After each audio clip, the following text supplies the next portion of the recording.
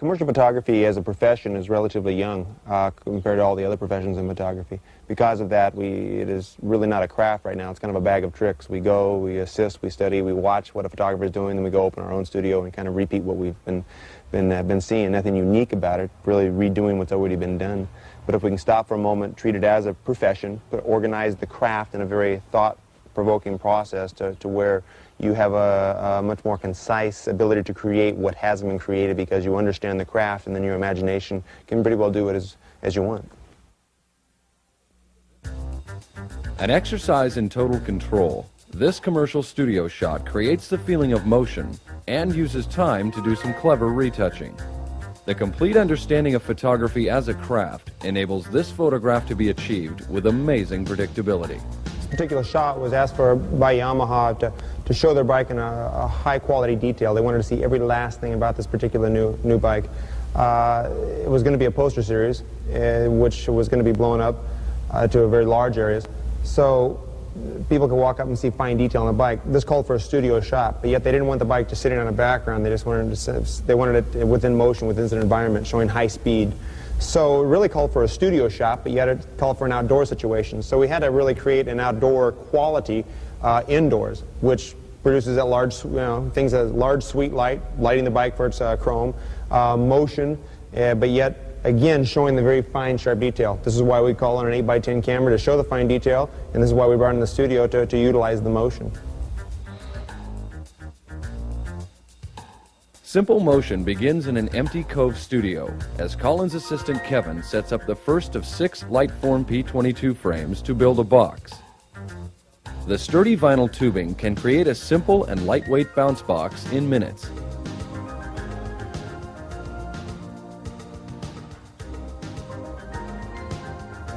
Double clips are used to secure the panels together, while corner supports are added to keep rigid 90-degree angles at the corners of the box. H-support braces with attachable strobe mounts on the crossbars provide vertical support to the box and a means to attach the lights to the inside of the box. These Lightform braces are also made from sturdy vinyl tubing. The crew then adds several horizontal support bars to the frame of the box, adding lateral strength which keeps the box from bowing when the tight-fitting skin is strapped on. 2 separate sections of the skin with rubberized white reflective fabric inside, sewn to a black ripstop nylon outer shell, are pulled over the frame. The black outer fabric will contain any ambient light that would normally escape the box.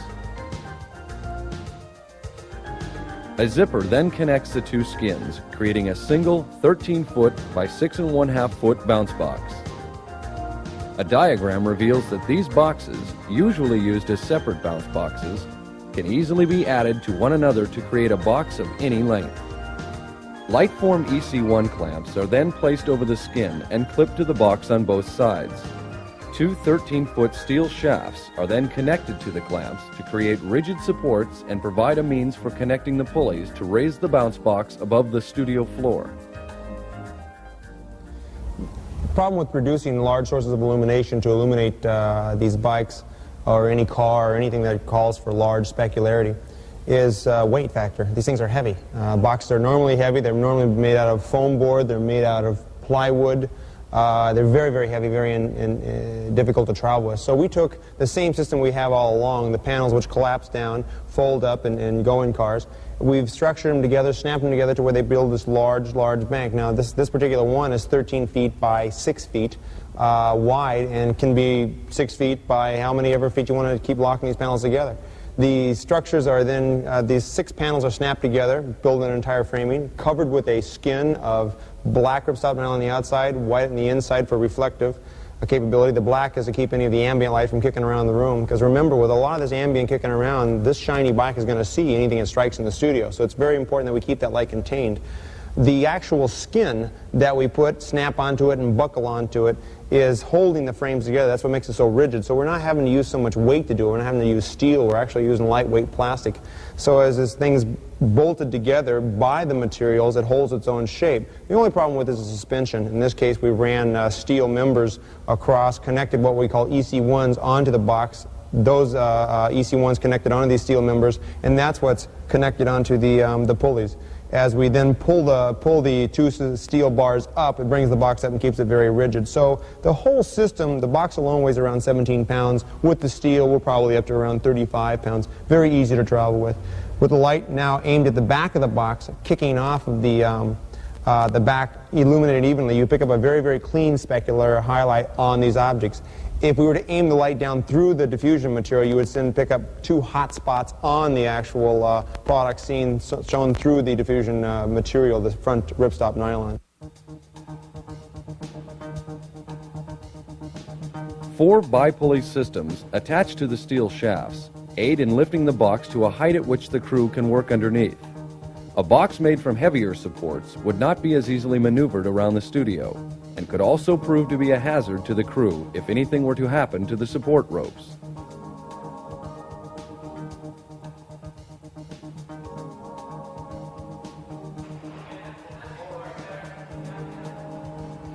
Inside the box, Dean secures the skin to the frame of the box with nylon cinch belts, giving the box one more added touch of stability.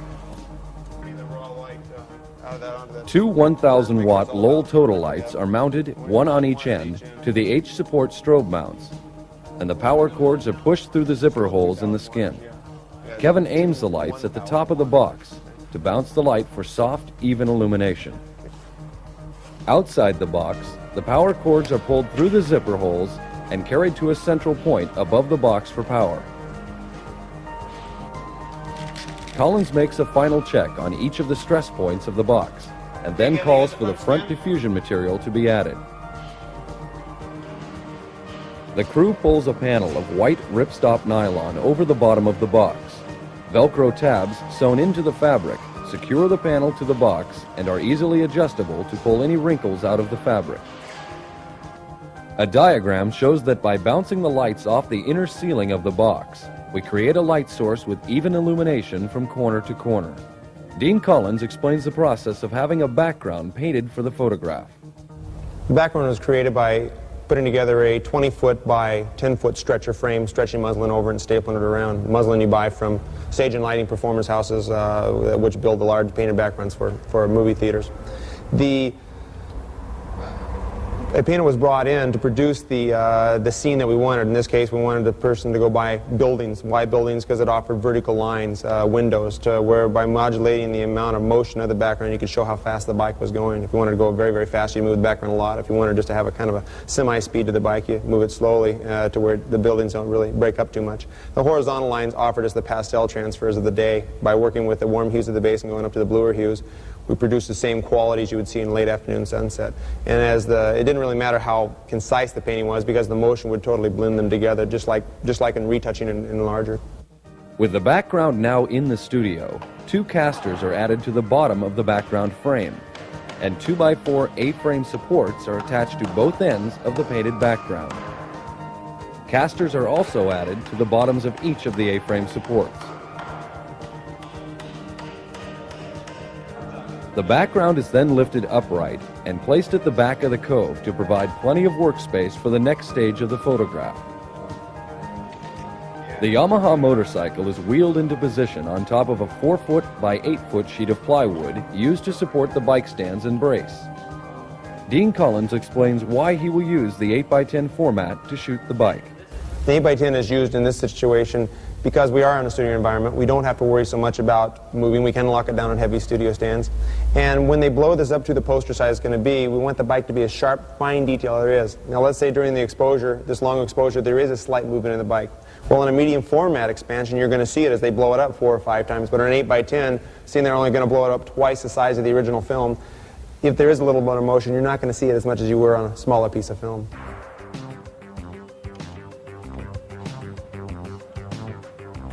Colins assembles his Scene RP 8x10 camera with a copal shutter for DV-mounted lenses.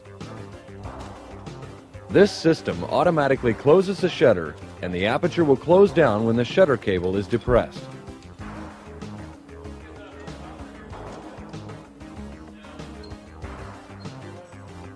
An extension rail is added for bellows extension, and the camera is locked down. Dean adds a 300mm Schneider lens and then zeroes out the movements on the camera to ensure proper image perspective.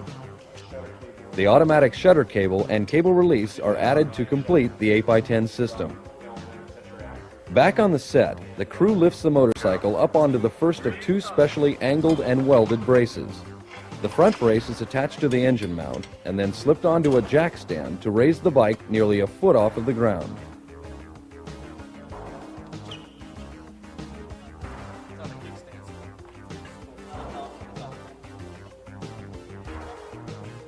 The brace is then secured to the engine mount to ensure a solid support for the heavy motorcycle. The second brace is attached to the rear axle of the bike and is also set onto a jack stand. The crew then adjusts the motorcycle to be parallel to the background on its stands. Kevin wires a 2x4 to the frame of the bike and secures the other end to the plywood base. This assures Colins that the bike will remain at the desired angle and safely support the weight of the rider. Before Colins begins to light the motorcycle, Armor All is added to create specularity on the rubber tires. Now ready to begin the task of lighting, Colins chooses the exact camera height and angle as his point of view to direct the placement of the overhead bounce box. A correctly placed specular highlight on the gas tank is his goal. When looking at an object such as a motorcycle or a car, something with a very high surface efficiency, something that's been waxed, you're normally going to see the environment that it was recorded in, or at least identify the environment that it was recorded in by looking in the specular highlights, the reflections in the mirrors, the reflections on the tank, the reflection on the hood of the car. So this can be artificially created, the environment of being outside, by cutting out paper mountain ranges, cover them with black paper, and then putting them in the way of the light boxes. So when you look at it in the specular highlight, it seems to appear as a mountain range. The sun is set behind the mountain range, creating this large bank of illumination. We didn't do it in this particular one because we didn't really need that environment to show up, but it is done quite often in studio environments to create that illusion of being outside. That specular highlight has got the nice broken edge right here. Collins points out the specular qualities that the bounce box is providing the bike. On the Yamaha, so there's contrast to it, but it gives a real, it shows that bike has got a real nice paint job to it, and that Yamaha painting, that airbrush quality of that very light to the very dark, just really, really evenly illuminates it well. You got a lot of freedom and light here, and you got good illumination top to bottom. This guy's great. We may end up having to put a boom here. Dean decides that a 500-watt photo flood should be placed on a boom stand close to the background to create a rapid fall-off of light. Okay. Yeah, just about like that. Yeah, go ahead and dig a boom up, just that little Manfrotto boom. Bring it about in there and just kick in a real bright spot right there. And then as it's in the set, it'll be real nice to give a reason for it. A Roscolux amber gel is added for a warm sun effect. Okay. Lower down camera. From behind the 8x10 camera, Collins directs his crew in the placement of large sheets of white foam board to create the illusion of a street. The ground level of the street in the photograph is directly related to the camera height and angle that is set by Collins. Using white boards helps Dean to see the position of the street level on the ground glass. You're fine, spent's fine. Yeah, just a little bit dip on just the front end area. A 4-foot wide roll of black plastic is then brought in to create the wet street look. Collins explains the technique. The creation of motion on a road can be created by several different surfaces. We wanted an early morning wet feeling, the road being moist from the early morning dew. So instead of using tar paper like one normally will, we put black visqueen out there, which gives that high surface efficiency, a lot of reflections, and you actually see that it's a mirrored image of the bike, which gives that illusion of being wet, as you always would see in the morning. The visqueen was moved about 4 feet in front of the bike, brought up to where it's right even with the wheels. And the reason we did that instead of bringing it into the bike is we wanted to be able to put reflector boards underneath the bike to kick light up from the large light box onto it, kicking it up and showing the illumination of the manifolds, the exhaust manifolds. If it was black exhaust pipes, we probably wouldn't be so concerned with this, but in this particular bike we were. So bringing it forward and putting those reflector boards.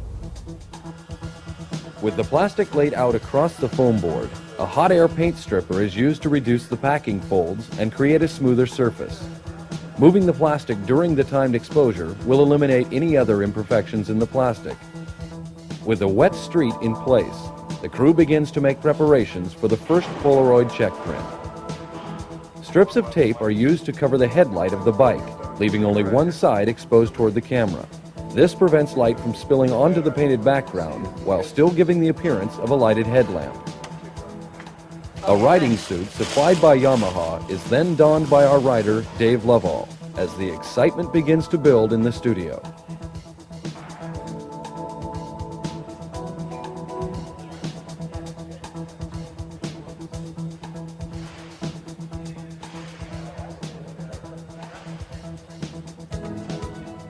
Working from the ground glass of his camera, Dean directs the placement of a small sheet of foam board under the bike. Painted to match the background, the foam board will act as a unique dodging tool during the long exposure. To create the motion of the bike, the only thing that's really moving on the bike is the wheels. The rider's holding still. So to be able to move the wheels, we had to bring the bike up. Once the bike was up and suspended off the ground, the wheels would spin freely. We moved the wheels by monofilament lines, which were tied around the wheels, slowly pulled out, and as they were pulled out, it spun the wheel slowly. You only had to move it about, an eighth of the revolution, when that would give the full motion necessary. But by bringing it up off the ground, it gave us a problem. The problem was you could see the support bars behind it blocking out the background. The way we solved that was bringing in small boards, foam boards painted the same color as the background, and then by moving them during the 6-second exposure, totally retouched out and removed any of these support device. It's a very inexpensive way of what would normally cost a lot of money going to retouchers to retouch those 8x10 chromes. This whole thing is coming right in there. Collins and his assistant discuss some needed touch-ups to the foam board and the amount of movement necessary to effectively dodge out the supports under the bike. As dark as I possibly can. In this instance, this is all fine. This is going to block up, and that wedges in real good. So, like I say, they're going to instead of 3 or a 4, maybe a 6 second to make sure it really blends in, or just keep moving it. It should be right on. Yeah. Great. Monofilament fishing line is attached to both the front and back wheels and then guided through the treads of the tires as the wheels are readied for the first check print. During the exposure, the wheels are turned slightly to produce the illusion of motion and speed. A graphic reveals that only a quarter turn is necessary to produce the motion effect. A close look at the specular highlight in the rider's black helmet reveals to Collins that the wrinkles in the overhead bounce box will indeed be visible on an 8x10 chrome. A crew member suggests that slightly moving the box during the exposure should smooth out any wrinkles in the highlights. Yeah, we'll try it. Yeah. Dean takes an incident meter reading to establish a hypothetical 18% value in the subject area, and then dials in an aperture of f32.4 with a shutter speed of 8 seconds. So 32.4. 32.4 ASA 80. The highly reflective chrome is polished as the rider sets into position. Collins checks his final focus by looping the ground glass of the camera. By focusing 1/3 the distance through his desired range of focus, Dean is assured of the proper depth of field in the photograph. Some final communication concerning the dodging tool convinces Collins that it will cover the supports. The assistant will remain hidden behind the bike throughout the exposure. Okay, we've got the background. You're at the shot. Collins clears up any questions from the crew before the first Polaroid is exposed. Because you don't want to run out of string, because if you run out of string, it's going to have a sharp image. Okay, so you just want to slowly pull it out, and you can extend the whole thing. Kevin, you know your mark's right there. Okay, that's fine. You keep hidden. Okay, everybody set. Okay, here we go. As Tony sets the box into motion, each crew member prepares to do one of the many jobs that must take place simultaneously. The background, dodging tool, tires, plastic street, and bounce box must all be in motion during the exposure to create the desired effect. The exposure is 8 seconds at f32.4. A Polaroid 8x10 processor is used to produce an instant 8x10 check print.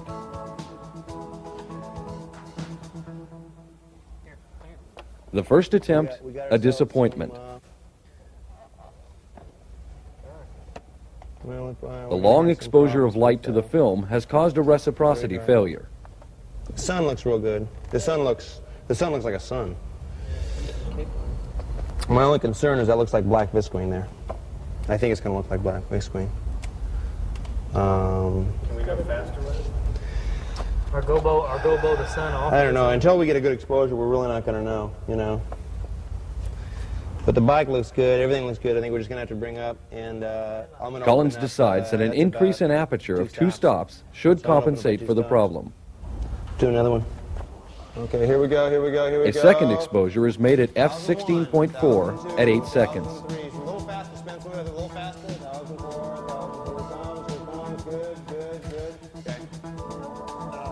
like this a lot. I like this an awful lot. What do you think? I think the black one's not great. Sitting is great. Wheels are great. Everything's good. I'm gonna have to drop this guy. The street looks wet, doesn't it? Or does it look like visqueen to you? I don't know. What do you think? Just a drop, but the bike looks fabulous. Look at all the lines, dimensions, everything is there. God, boots look fabulous. The light quality on that is, look at that specular on that right across Yamaha. Low angle was chosen on the bike to photograph the bike so we could see the underneath carriage, see the exhaust manifolds, and pick up that illusion of that reflection in early morning. We didn't want to shoot down on it because we'd lose that reflection foam. The lens we used was a 300 millimeter lens on an 8x10. The reason we didn't go with anything wider is because we'd have to have a larger background, a longer background. The longer the millimeters we can get, the smaller the background would be, because we're only going to move at 14 inches. If we had a wide-angle lens, we'd have to have a very large background to create that motion. We shot it almost wide open. We were around 11, 16. We didn't really care too much about depth of field because we only had to carry the focus the width of the rider, and that's just about all we was necessary. It has been decided that better separation is needed between the subject and the background. A 650-watt quartz lamp is placed on a boom stand and aimed at the rider's back and the back wheel of the motorcycle. An amber gel was added to the light to be consistent with the sunset effect. Kick this guy back off and on. Note the highlights from the quartz lamp on the rider's jacket and the back tire of the bike.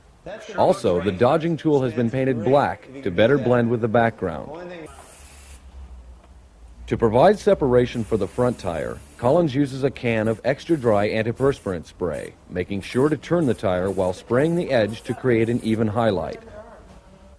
Wrinkles in the diffusion fabric can be seen in the specular highlight on the helmet, as the box and the crew are set into motion for the third test print. 1001, 1002, 1000, a little faster back there. 3, 1004, 1005, 1006, good, 1007, great. The Polaroid is peeled, and Colins is pleased with the results. Look at that, look at the wheel with that stuff. Look at the reflection of the ground. Yeah. That's so sharp. I can't see really what else to just jink around with it. He will now move on to the final exposures on film. Helmet, yeah, the front tire is really showing itself well. As the final image is put on film, our camera point of view reveals that the high-speed motion of the motorcycle is actually created by the motion of everything except the bike and its rider. Okay, good, Spence, super. Okay, super, great. From the wet street to the setting sun, our final image captures the excitement of a wild ride through the city streets. By reviewing the steps that were followed to create simple motion, we can first see that without any motion in the set, the street is easily identified as plastic, the wheels are still, and our painted background does indeed look very painted.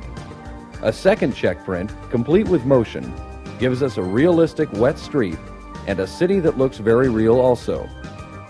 Notice the support stands visible under the bike and the even specular form on the helmet and gas tank caused by the large overhead illumination. In our third check print, the foam board retouching tool is added to remove the support stands. The same principle is often used in the darkroom with a dodging tool or paddle. As long as it keeps moving, it doesn't show up on the final image. Finally, the warm sun photo flood, the separation highlight, and artificial spray highlight are added to complete this exciting studio image. A final diagram reveals the overall setup at the time of final exposure.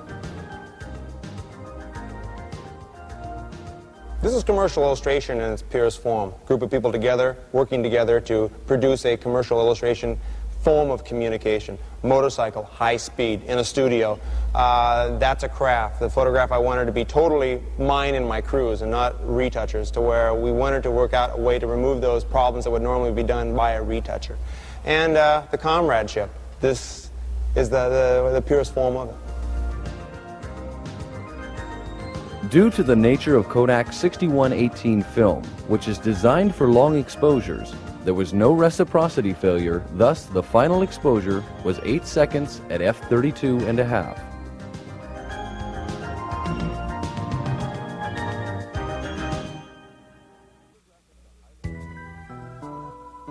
Photographing the highly reflective surfaces of these dress watches requires an understanding of specular highlights and diffused highlights. Using a single light source, Colins retains complete control over this simple yet elegant photograph. Lots of different types of jewelry or photograph. In each piece of jewelry is going to offer you a different type of problem in lighting, because when you light jewelry, the job is to produce a two-dimensional representation, a photograph, often for a magazine or a catalog, to where when you look at the shot, you use to identify surface quality, glass, crystal, is it gold, is it silver, the clarity, does it have leather in it? Sometimes they have metal mixed with leather, and there's lots of different surface qualities. So when you light it, you have to identify all shapes and all forms. Some reflections you want, and other reflections you do not want, because they hide certain tonalities or certain shapes within the jewelry. So lighting jewelry is probably one of the true forms of illustrative lighting, to where you really have to have a master of shadow form to diffuse form to specular form, and specular edge transfers to shadow edge transfers. There's a lot of characteristics in lighting these small intricate pieces of jewelry that you're going to zoom in close, make 4x5s and 8x10 chromes up to where you can identify all shapes and all forms and all textures. Colins begins the shoot in his studio by rolling out a 3 1/2 foot roll of paper architectural vellum. A Lightform P22 frame is set up and laid directly over the vellum, making a perfect fit.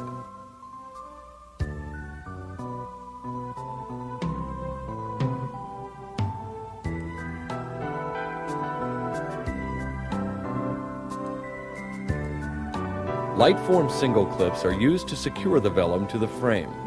Using several clips helps to create and control the tension of the paper while attached to the frame.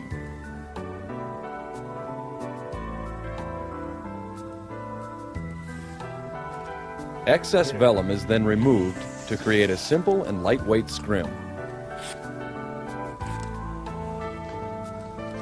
Two Lightform EC1 clamps are then attached to light stands and are tightened down to form solid connectors for the scrim.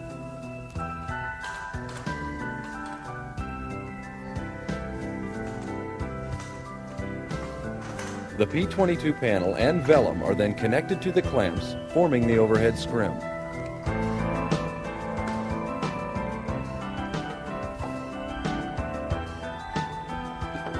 Colins then utilizes two small sawhorses and two particle board planks to create a low and inexpensive tabletop work area.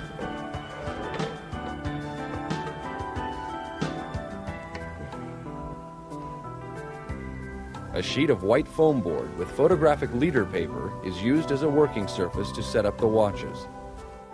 The different materials that we're going to work with, both the tabletop surface and the items that we lit with, are going to be simple materials. To light jewelry, you're going to work with a lot of reflections of the light sources. We'll call it specularity. If we work with our normal material, ripstop nylon, and lit through that, you would actually be able to see in parts of the faces of the watch and some of the very polished gold, you'd see reflections of the ripstop fiber. We didn't want that. So we lit through architectural tracing vellum, which you can buy at a graphic art supply store, and that gave a very clean specular highlight in the watches and in the this fine parts of the glass. The surface that it was laying on was it was a black polished paper. It was photographic leader paper, which they just throw away at labs. You can pick it up at no charge. But what it offered us with is a very smooth surface, but yet not so smooth that it picked up a perfect definition of the small gobos, which we were going to remove the reflections in the glass with. It picked up, instead of perfectly round circles on the surface, it picked up a very gradated edge between what we'll call the diffuse highlight and the specular. The black area being the diffuse highlight, and the white washed out area, the black paper, being the specular highlight. That edge transition right there is called the specular edge, which is controlled by several things, one being surface efficiency. So we didn't choose a black plexiglass, as a lot of people would. We chose a black paper, which had a little bit of a reticulated surface to it, which created a soft gradation between one brightness and the other, this one being the diffuse to the specular highlight. A bare-bowl bronze-color strobe is placed on a boom stand and positioned over the scrim to create an even transition burst on the vellum. Double clips hold two Lightform P22 panels with black ripstop nylon on top of the scrim, acting as a gobo for the camera and the background while containing any ambient light spill. White reflective material was not used for the inside of the tent because the bounced light would evenly illuminate the vellum and ruin the burst effect. Power cables are then connected to the Pulso 4 power pack. and Colins sets the appropriate power and checks the operation of his strobe. Dean rolls in a tool cabinet carrying all of his photographic needs for a tabletop set and begins to work on the shot. An art director's layout of the proposed photograph is set next to the work area as Colins begins setting the watches up in the proper gradation area.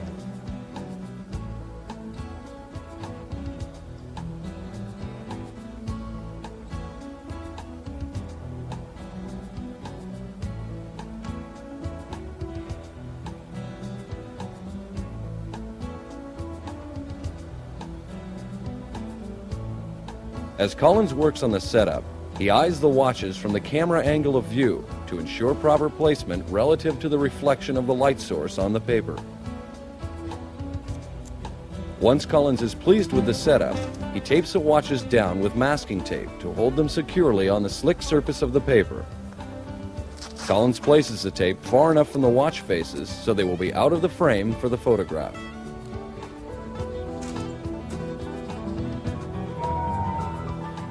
The FOBA camera stand is then dropped into place with a 210mm DB lens on a Cinar P2 4x5 camera. Colins glides the horizontal support arm to its fullest extent to create plenty of workspace in front of the watches when the camera is pushed out of the way.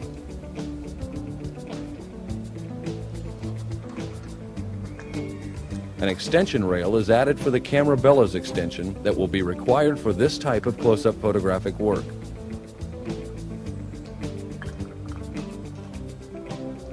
Because the image is extended over such a distance, the image intensity drops on the film plane. Colins adds a 45-degree viewing hood for viewing ease.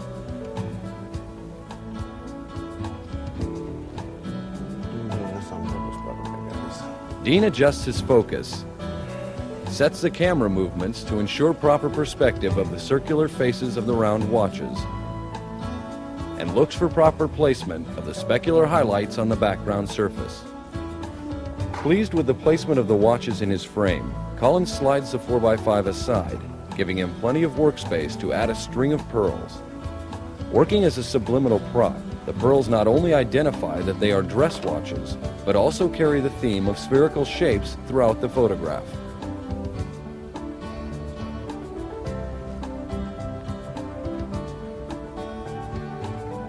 Having previously marked the support arm position by number, Dean can easily return the camera to the exact same position and composition every time.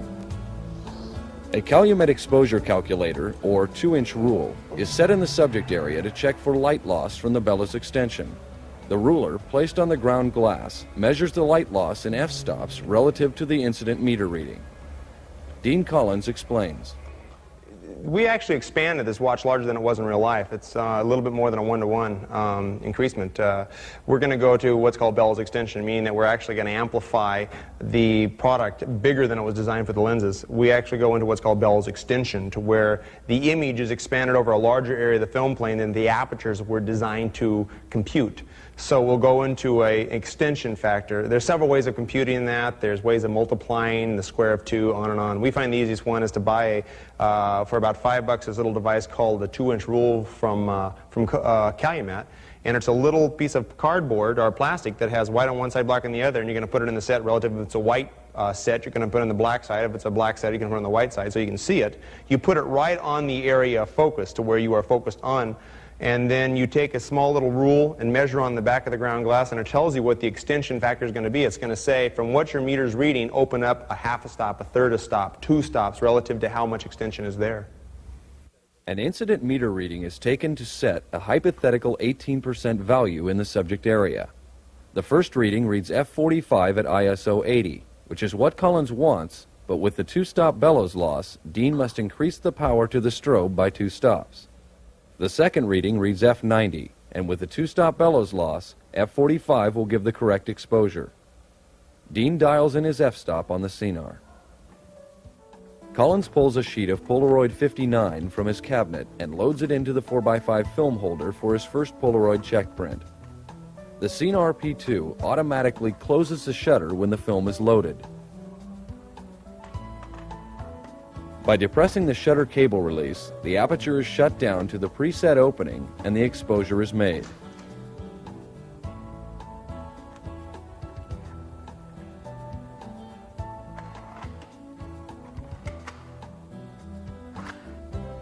The first Polaroid reveals that although the watch faces are washed out, the overall exposure is correct. Colins will first work on the transition from the specular highlight to the diffused highlight on the background paper. Colins now lowers the strobe head closer to the vellum for a faster light fall off, and positions the burst in the lower part of the photograph so that the gradation from top to bottom is more evident. Once the position of the strobe is decided, a flag is dropped in to protect the lens from any ambient light from the overhead scrim.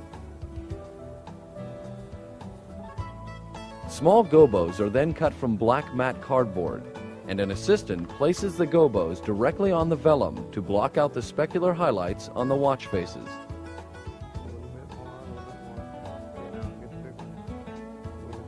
Our second check print reveals that the gobos are not shadows, but reflections that reveal the diffused highlight or true tonality of the watch faces and black leader paper. When you work with light qualities, we'll call it three-dimensional contrast. There are basically three densities you'll work with. You'll work with the diffuse density, you'll work with the specular density, and you'll work with the shadow. And the diffuse density, if I can just call it, is the true tonality. In this case, on the, let's say, the surface of the paper that we're taking a picture of this watch line on, the true density of that paper was black, so the true exposure would be black. The specular highlight is the brightness that shows surface quality. It shows that it's smooth and it's shiny. It's usually brighter than the true brightness. And then the shadow is the area which receives less illumination than the diffuse, which is darker than the true tonality. So you'll say the specular is brighter than the true tonality, the shadow is darker than the true tonality, and the diffuse highlight is the true tonality. There are edge transfers between them. Not only are there contrasts to the diffused, but there is the gradation point between the diffused and the specular highlight. In this case, let's identify the surface of the paper, and you see that there are dark spots caused by these little gobos that are above the watch. Well, they're designed to clean up the face, the reflections of the watch, so you can see the true tonality of the watch face, which was black. If you didn't put those little gobos in there, you'd have washed out faces. You couldn't see the watches at the hands. You couldn't see the face of anything about the way what the watch looked like. And that's no good for an ad. I mean, nobody's going to want to buy that watch if it's all flared out. So we put the little gobos in there, cleaned up the face of the watch, but also on the surface, or on the surface below the watch, you saw these dark circles show up. Well, they're a dark circle, and people say, well, that's a shadow. It's not a shadow, it's a diffused highlight, the true tonality of black leader paper. And then you see this edge transfer, which goes into, from it gets lighter and lighter and lighter until now it's washed out, and that's the leader paper. That creates what we'll call tonalities and shapes. Artists have done that for years with pencils and carbons and on papers, and they've created shapes and forms. We are identifying a transfer edge there between the diffused and the specular.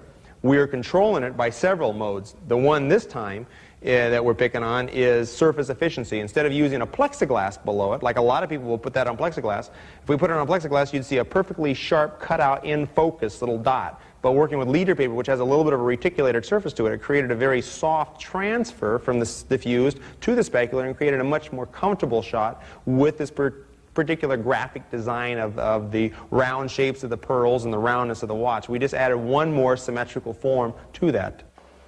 Colins and his crew agree on the placement of the gobos and decide to move on to the task of defining the true design features of the watches. A large foam board reflector is placed in front of the watches to define the base edges of each watch. Note the front and back edges of both watches and the added surface definition to the pearls. The large foam board is needed to reflect and define the entire round mirror edge of the watches. A smaller source would not cover the entire edge of the watches. Remember, the foam board creates a specular highlight in the watches and is not a reflector film. Colins drops in a second, smaller foam board behind the watches to define the top edge of both the lady's and the man's watch. Dean Colins explains the concept. This entire shot is nothing more than an exercise in specular form, specular and diffuse form. There is not a shadow in the entire shot. You'll look at the black dots on the surface, those black circles. People say those are shadows. They aren't shadows. They're diffused highlights. They'll look at They'll look at the face of the watch. Well, you have to identify that it's a black face of the watch, so that's diffuse highlights. The reflections in the gold are specular highlights. So everything in it is either edge transfers between diffuse and specular or contrast between diffuse and specular. When I brought the reflector boards in from the top and the bottom to fill in and show actual form, those are specular highlights. Now, specular highlights in their actual terminology means mirrored image of the device that creates the highlight. If I would have put a blue card in there, those would have showed up as blue reflections, so it would look like you painted blue forms in there. So by putting white boards in there, it showed the true reflection of white, which is reflecting off of gold, which gave a light gold effect. So it is an exercise in contrast that the common laborer, the common person, does not normally see. This is probably the purest form of commercial photography I know in light control, because we're controlling reflections on surfaces, which is pretty unusual. Nothing between highlights and shadows here. It's between diffuse highlights and specular highlights.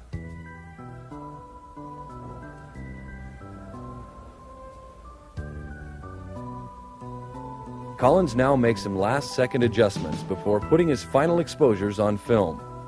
Dean double-checks each of his camera operations and, with the crew watching on, makes his final exposures. Our final image is a pleasing composition of simple elegance with good detail in the watch faces and true color and form throughout. A review of the techniques Colins used shows us that by moving the light source in close to the vellum, we can control the rate of gradation on the background, but at the same time it creates a mirrored image of the light source on the crystals. Our specular gobos remove specularity from the face of the watches and create a pleasing background design while also staying within the theme of shapes. With the addition of the first reflector board, detail is revealed in the front edge of the lady's watch and the back inner edge of both watches. Surface definition is also added to the pearls. Our final reflector board defines the back edges of both watches and completes the evolution of our photograph. Dean Colins adds some final comments. If you really look at the shot and its total concept and application, you'll find that it was done with nothing more than architectural vellum, a couple of reflector boards, light source identified distance, creating certain specular qualities, transfer qualities, and finally a view camera.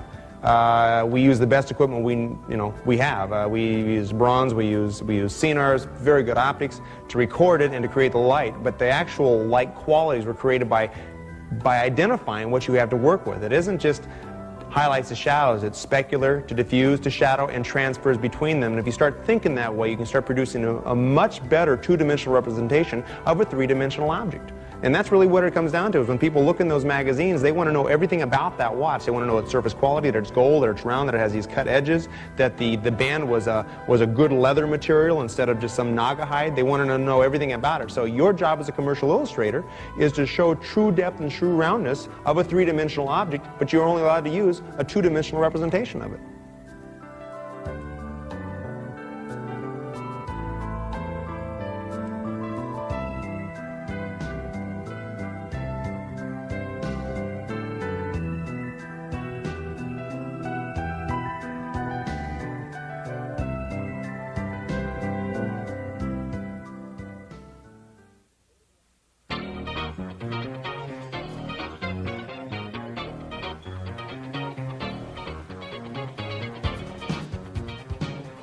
Photographing a highly reflective black sports car is one of the toughest jobs in lighting.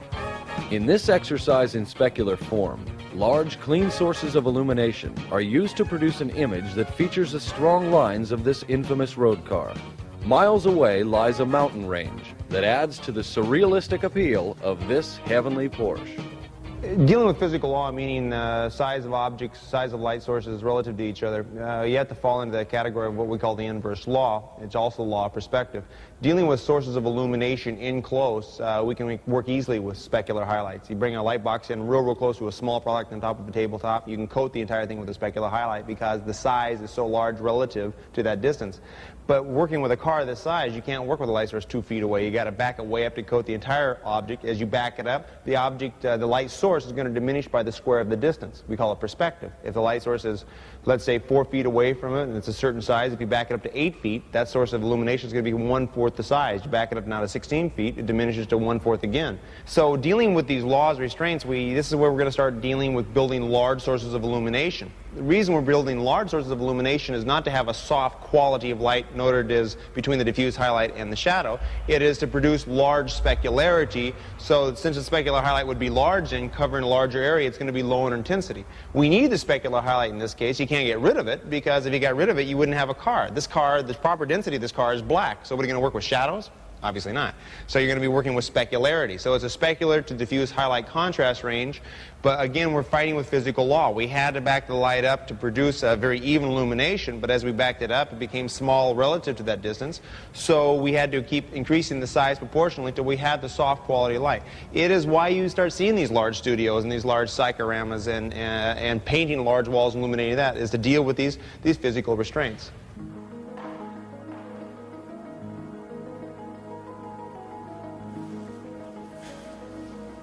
As the last areas of the cove are finished up, Dean Collins directs the Porsche into position and begins to plan his shot. Keep going. Stop. Right there. The back wheel of the car is driven up onto a stack of press boards, which lifts the rear end up and provides a better view of both the front and back end of the car from what will be camera position. Colins and his assistant begin to assemble a Cinar P2 8x10 camera onto the FOBA camera stand. Colins will use a 155mm Rodenstock Grandagon lens with the 8x10. On the opposite end of the FOBA stand, Colins mounts a Cinar P2 4x5 camera with a 90mm DB lens that will be used to establish the optical position for the photograph.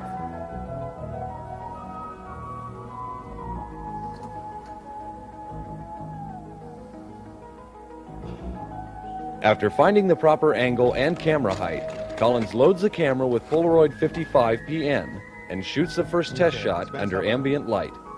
Get a shot of this guy. 8 seconds. Yeah.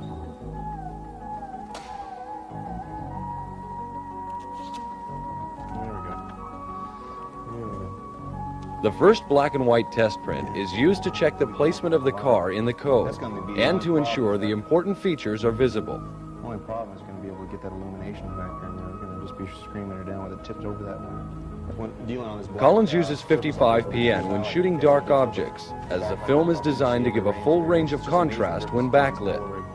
Dean can now decide if he likes the angle and perspective produced by the lens that he has chosen. Cost factors on Polaroids can vary. 4x5 Polaroid is much cheaper than 8x10 Polaroid. So when we're finding our optic angle, or we're finding the angle we're going to photograph the car, we'll normally shoot with a 4x5 and checking the Polaroids to see if we have the angle and make sure that we're not distorting the car, we're really emphasizing the car. And once we get the position of the camera chosen, then when we start lighting it, that's when we'll go to the 8x10 Polaroid and shooting 8x10 Polaroid. We can save a lot of money by starting with 4x5 and then going to 8x10. With the location of the car decided upon, an assistant marks the wheels on the floor with a grease pencil for later repositioning. Using a flashlight as a reference, Collins calls out the reflection points on the hood of the car to set up the outline of the mountain range. An assistant then begins sketching the outline of a mountain range, making sure to carefully follow the points marked on the cyc wall. With the sketching complete, the crew joins in to begin the task of painting a detailed mountain range along with the remainder of the cove wall, leaving all but the area directly above the mountains flat black.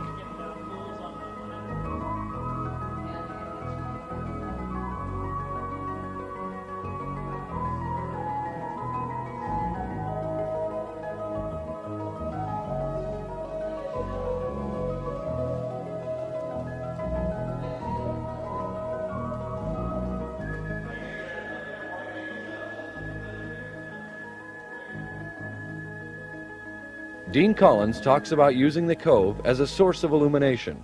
When you're gonna, this car is a giant mirror. It's going to see everything in the room. So when you first roll it out, you have to first of all decide the angle that you're going to take the car at. That's going to give you relative angle the way you're going to light it. You first of all choose the camera optic, camera angle.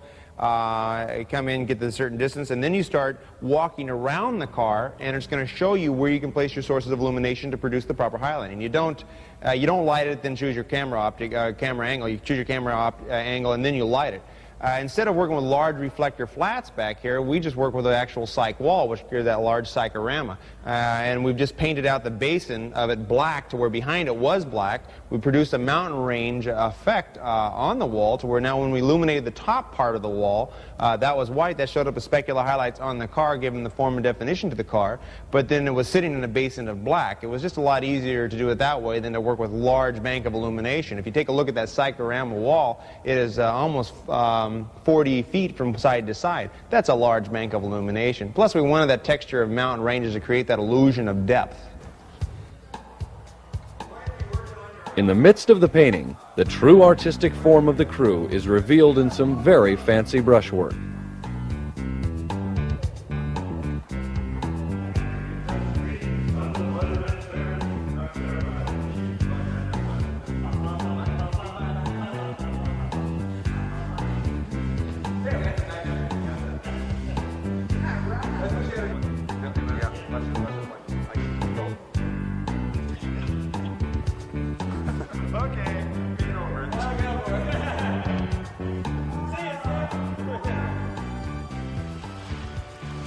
To protect the studio floor from water, the first of several sheets of black plastic is laid down.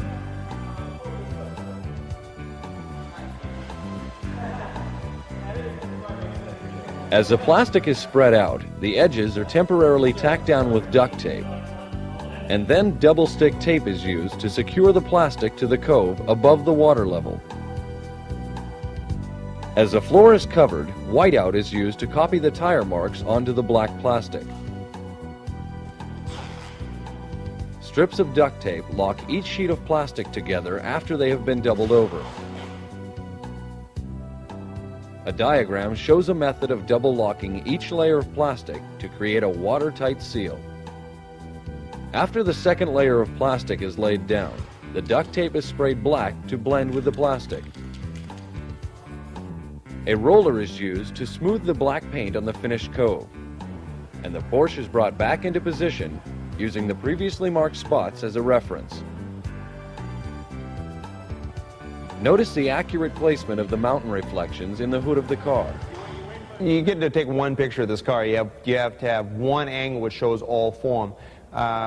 Usually with a car, one angle, with the car sitting properly, all four on the ground evenly, that one angle is not going to show the full detail. In this case, we have the whale tail and the front end. You had to see both the back end and the front end within one angle. We chose the front angle because that's the most emphasized and probably the most known angle for a Porsche, but we also wanted to show as a whale tail. So dropping a series of boards underneath the back wheel, propping the whole rear end of the car up just a little bit to where when you look at the front of the car, you also get a little bit of the detail in the back too, because it has been raised. If it was sitting flat, you wouldn't be able to pick up anywhere near the definition of the rear end of the car. Cardboard roller tubes are brought in and used to create borders for the pool of water. As the crew continues work on the set, Collins pulls the FOBA stand back onto the marked position and swings the 8x10 into place to prepare for his first 8x10 check print. Plastic aprons are placed around the wheels to cover thin sheets of wood set under each tire to keep the wheels above water level. Collins then goes under a dark cloth to focus and compose the shot as the crew begins setting up the Broncolor strobe systems.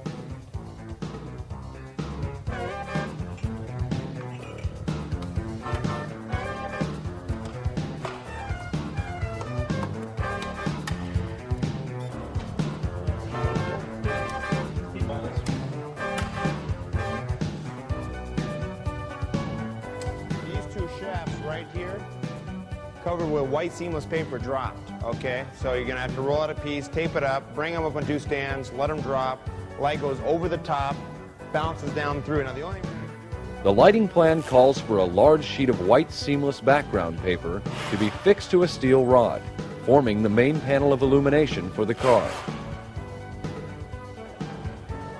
The seamless panel is then placed on two light stands and set as close to the car as possible, making sure it stays just out of the camera angle of view. Gorgeous. Gorgeous. Absolutely.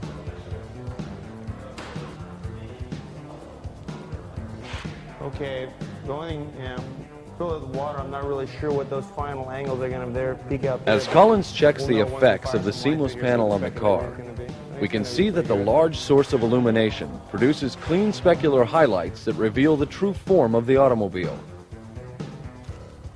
The borders are completed for the pool of water, and Dean Collins begins to direct the placement of the first two strobes over the seamless. Stop right there. The strobes are placed so that the majority of the light will spill over the seamless and strike the white portion of the cyc wall without contaminating the black painted mountain range or the car. The remainder of the light passes through the seamless paper, making the paper a diffused light source. Collins adds a third strobe to the setup, placing it directly behind the seamless panel to create an evenly illuminated diffused light source. The diagram reveals the relationship of each strobe to the panel and the manner in which the light from each strobe is striking the car. Yeah, just a little bit up. With the strobes in place, an incident meter reading is taken to establish a hypothetical 18% value in the subject Where is area. it? Fire it again. Dean Collins talks about properly lighting the black Porsche. 11-1. On this shot, we're working between two densities, the specular highlight and the diffuse highlight. The diffuse highlight we can't change. That's the true tonality of the car. It's a black car. The only one we can really change in contrast concept is the specular highlight. The only way we can change that is not by exposure, but by the way we light it. The bigger the specular gets, if we can make a specular highlight cover an area 10 times bigger than it did, in other words, make a light source 10 times bigger, the specular highlight covers a larger area 10 times larger, the intensity of the specular highlight will drop to 1/10. So we really control the brightness of the specular relative to the diffuse by the size of the source of it. That is the only really way of controlling this contrast. You can't change it in exposure, you can only change it in the way you light it. So this is why the large sources of illuminations are produced, and that's why you try to bring them as close as you possibly can. The reflector flat on one side was brought in very, very, very close, just outside of the optic viewing, and then as much of the area is illuminated with the strobe firing through the paper. That control the brightness of the specular relative to the diffused. The only problem with that is that you're covering very, very large areas of illumination, which means as you throw your light over a large area, it diminishes in intensity because it does have to cover such a large area. So we had to really increase the watt seconds. Our strobes were set on 4 pops at approximately 1600 per head to produce the illumination relative to the aperture opening to carry the depth of field on this particular shot. A P22 reflector panel is added to the setup before the first 8x10 test shot. Great. I think it's coming together real well. The first check print is exposed correctly, Calm those but two. there are The problems that specules are Collins very even, sees so they immediately. don't fight. They show the whole form. I think the only thing we're really going to have to clean up here is this transfer line here between the specular and the window. Just get up there, and the only way, that's a ceiling, right? So that's a ceiling and that's the wall. So just kind of spray it down and grade 8 it off so we have a nice transition so it's not so cut, because everything else has a great line to it. Nothing's not that cutting. Yeah. So it's just that guy right there is the only one we're going to have to calm down. To create a gradation between the specular highlight and the diffused highlight on the windshield, Collins views the car through the 8x10 with the camera back and lens off, as an assistant feathers black spray paint onto the appropriate area of the cyc wall. Oh, it is. Paper. Collins then uses extra dry, powdered white antiperspirant to create false specular qualities on the hard rubber areas of the bumper and on the flat steel spokes of the front wheel. Armor All is used to bring out the specular qualities of the rubber tires. As the crew begins a final cleanup on the car, note the hard edge of the ceiling still visible in the windshield from our video camera angle, as we see the effect of the feathered black paint on the cyc wall. Collins has decided to add a 4th strobe that will bounce off the cyc wall directly behind the tail of the car, giving definition to the entire rear end of the car and the whale tail. An overall diagram of the setup reveals the placement of the 4th strobe on the set. An adjustment has also been made to the 1st strobe to spill raw light past the front of the seamless panel, striking the reflector panel and the unpainted area of the cyc wall in front of the car. This provides additional fill to the front of the car without sacrificing the quality of light that has already been achieved. The crew adds the final touches to the highly polished car as Colins prepares to take his second test shot. The Pulso power packs have been programmed to automatically fire the strobes 4 times while the shutter remains open for the test shot. Leaving the shutter open for the duration of the exposure also allows time to burn in the effects of the interior dome lights inside the car and the amber parking lights.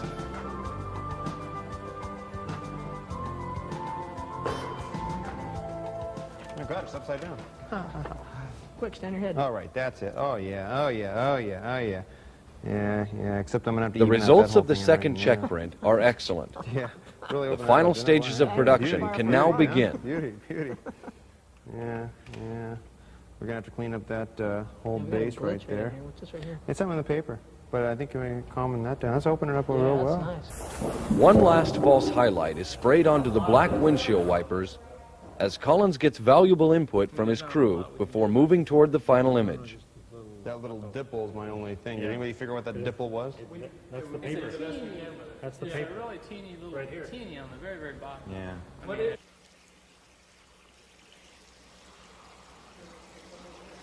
The signal has been given to begin filling the plastic pool with water. Dean Colins comments on the use of water in a studio. Yeah, probably the most important thing is that when you hire your assistants for this shot, hire assistants that you don't like a lot.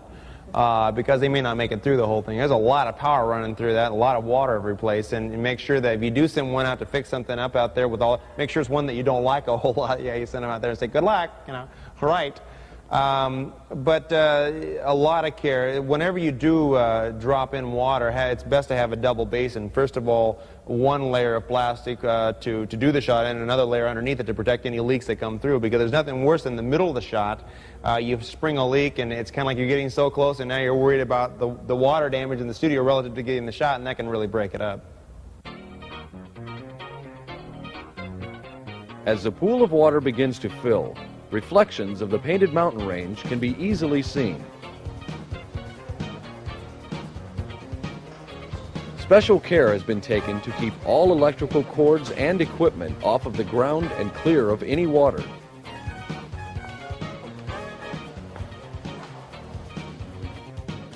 Blocks of dry ice are broken into small pieces, providing more surface area for a better reaction to the water.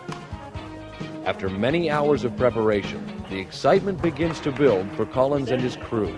The first piece of dry ice reveals the effect to Colins, and he gives a signal to activate the remainder of the ice for the final exposures.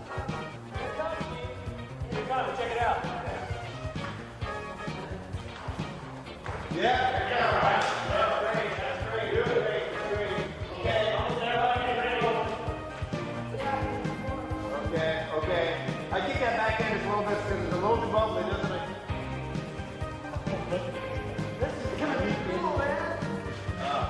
Okay, Stan, stop out. One is bubbling up too much. The crew clears the area, and Colins is patient to wait as the fog begins to settle under the car.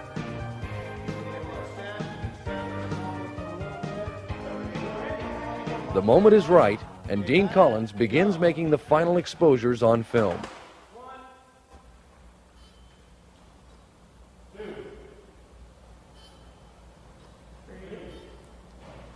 God, the smoke's perfect right now. The highly reflective Porsche has been captured on film. A look at the evolution of this photograph reveals the effect of each strobe that Colins used. Our first diagram shows the placement of the first 2 strobes firing over the large panel of seamless paper. This defines the top edge of the car and illuminates the mountain range, which is visible on the front hood. With the addition of a third strobe aimed directly at the seamless paper, the light fires through the paper and defines the side panel of the car. The large source of diffused light produces clean specular highlights that begin to reveal the true form of the car.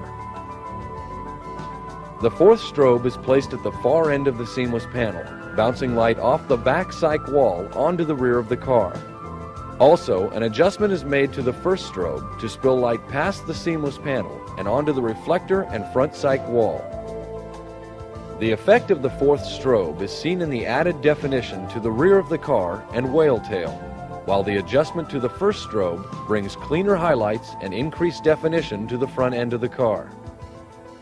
The large pool of water brings the reflections of the mountain range into the foreground areas, and the final addition of dry ice completes the evolution of the photograph. The addition of an amber gel to the fourth strobe provides some interesting variations of Heavenly Porsche. When lighting the shot, realize you're dealing totally with specularity. Sometimes people think that lighting black cars are the biggest problem. They really aren't, because you know exactly what you're doing. It's very obvious what you're doing. You're dealing between diffuse and speculant, there's no question. But realize that this car is going to see everything, so keep your sets real clean, and realize a white cup in the back of your studio can show up in this car. Some places a little bitty hot spot. So it's really an investigation of reflections at all times. Sometimes you can't create those reflections. Realize that. Some surfaces, some of the materials here are flat plastics, or they're a flat metal, and you're going to have to produce some artificial highlights. That's where Arid Extra Dry or some kind of spray-on deodorant type, which creates that artificial specular highlight, helps, because you can't always do it with light. And sometimes realize that these particular shots, they call for large budgets. A lot of money's put in these shots because these companies have a lot of money. So anything you don't get on the set, realize don't stop everything, completely try to fix it. Sometimes you will have to rely a little bit on retouching these, because relative to the final cost of the entire production, the retouching is probably one of the cheapest things they're going to have.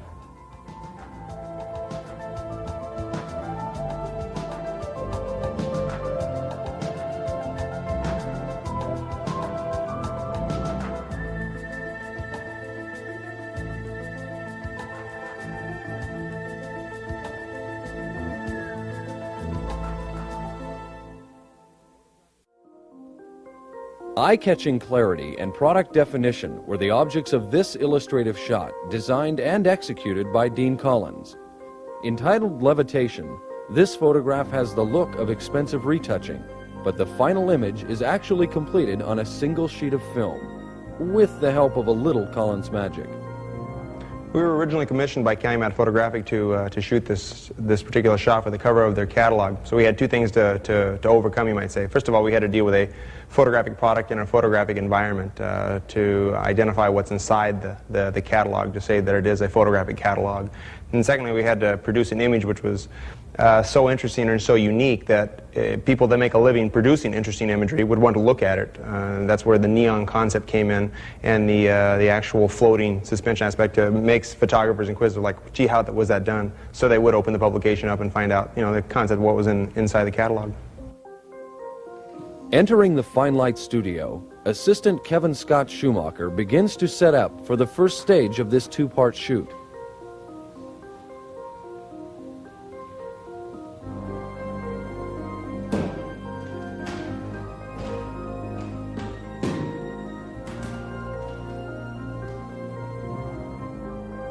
An 8x10 camera is mounted on a tripod to act as a stand for the subject of this first exposure.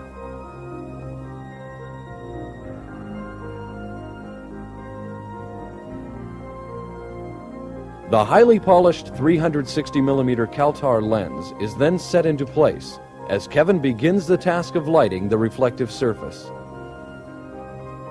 A triangular light box constructed of 3 Lightform P22 panels is set directly in front of the lens. 2 layers of translucent fabric create the main diffusion panel, while the 2 remaining panels contain the light and act as gobos. A bare bulb Pulso 4 strobe head is placed on a light stand and set inside the light box, facing away from the translucent panel. Because the inside of the box is lined with white reflective fabric, the strobe light will bounce off of the back of the box and produce a soft, even illumination on the panel.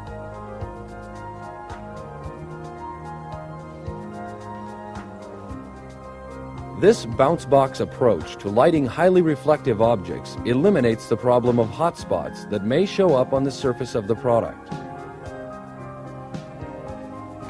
Lightform double clips are used to secure the back of the light box and contain the light.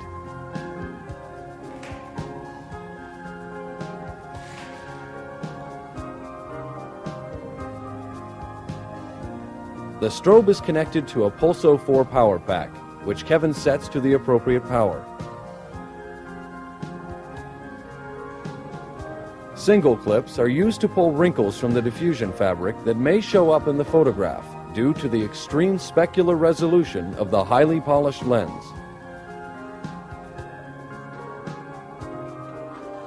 With the basic setup complete, Colins rolls the phobostand into place with a 90mm lens on the 4x5 camera. The flat black wall will serve as a background for the photograph. Clever kind of guy, you know? Colins then locks the camera stand into a solid position to begin his work.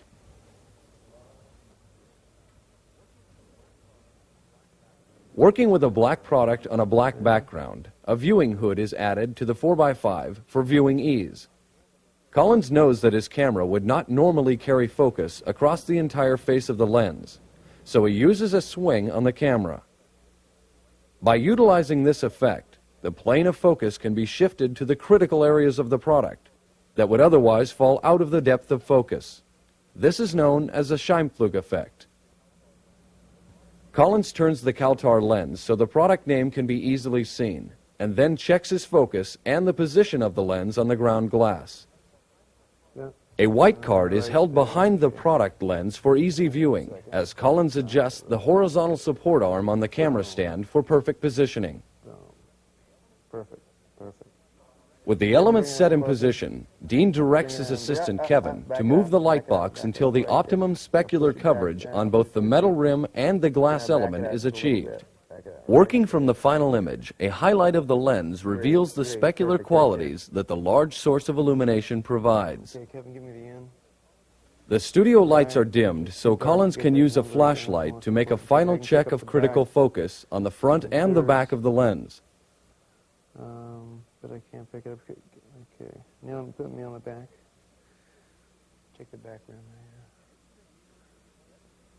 there. An incident meter reading is then taken with the dome of the meter facing the light source, and Colins finds that he is more than 2 stops off of the f45 reading he needs to carry focus.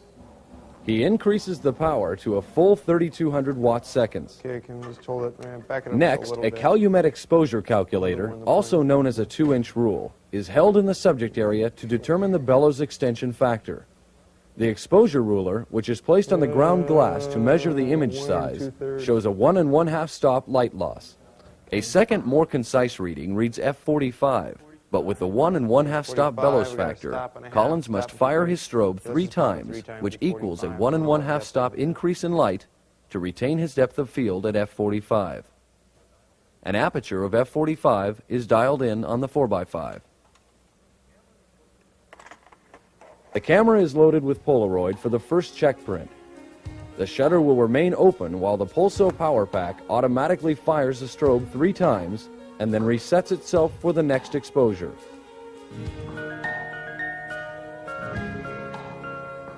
Great.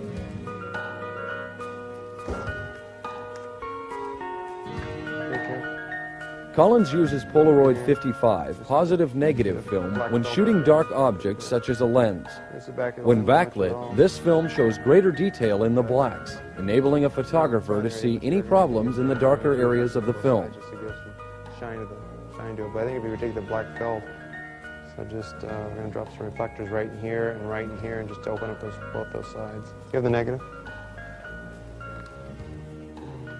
Dean also examines the Polaroid negative with a high-powered loop to check for critical focus in the image.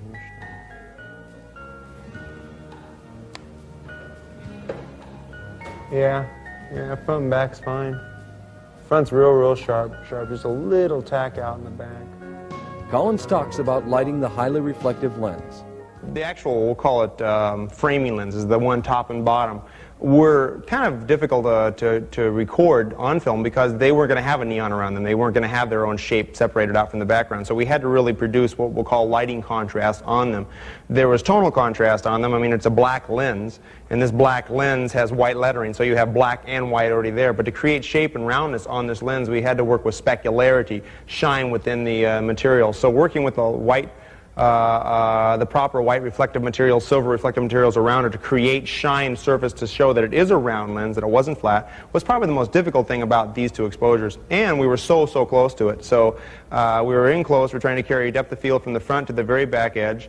So we had to work with the best camera movements possible, and we had to carry the maximum depth of field with our f-stops. We had to shoot it all at f45. After viewing the first check print, Dean decided that a black velvet bib was needed to cover the base of the lens. To create the needed specular highlights on the barrel of the lens, Colins uses tiny silver reflectors, which are small pieces of cardboard cut from a Polaroid box. By correctly placing the reflectors, specular highlights are created to add proper dimension and roundness to the barrel of the lens. Who needs assistance anymore?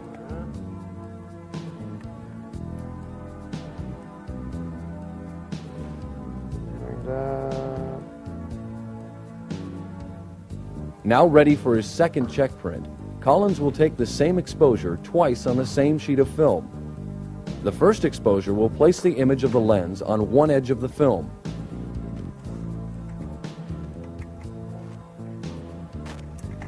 By removing the camera back and replacing it upside down, the second exposure will occur on the opposite side of the film. This will enable Colins to check the positioning of the lenses and that there will be sufficient space for the floating optic in the center of the photograph.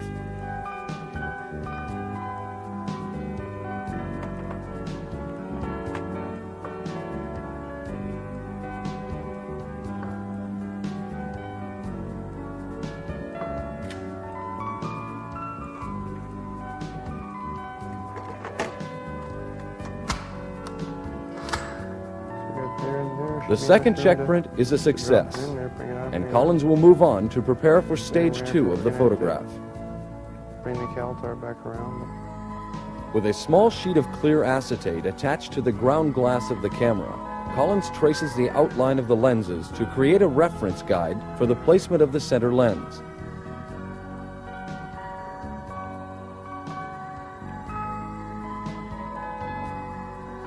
Dean Colins explains the technique of camera registration. There's two ways of registering these images together. You can either have two cameras, separate setup, or you can have one camera with a very good studio stand. In this case, we use one camera with the FOBA.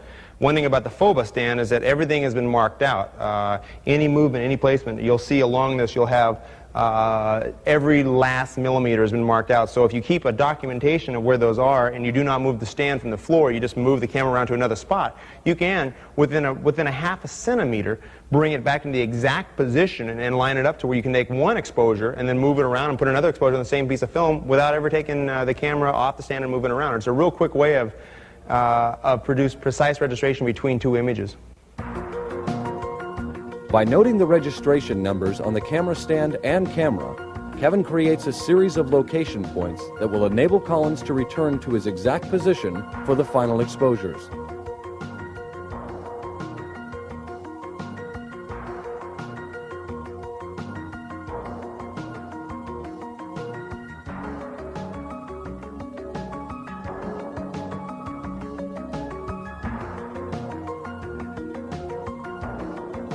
With registration complete, the camera is swung to the opposite side of the studio to begin work on the second and most complex part of the photograph.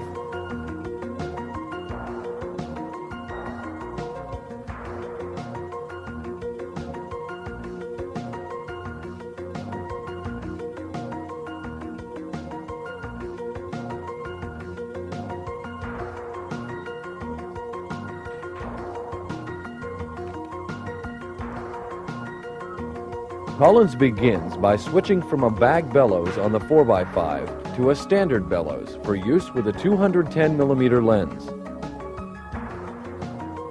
4 clamps are then used to secure a sheet of clear plexiglass to 2 light stands.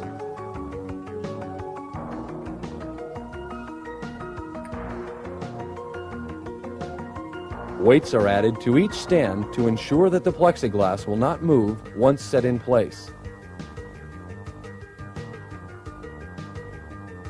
Next, a threaded aluminum bar is bolted into a hole that was previously drilled in the center of the plexiglass.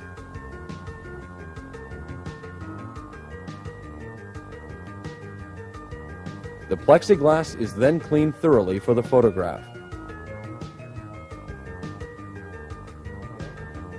With Kevin holding the lens, Colins carefully hot glues the lens to the end of the aluminum rod. By making sure the support rod is directly behind the lens from camera point of view, the effect of suspending the product is easily achieved.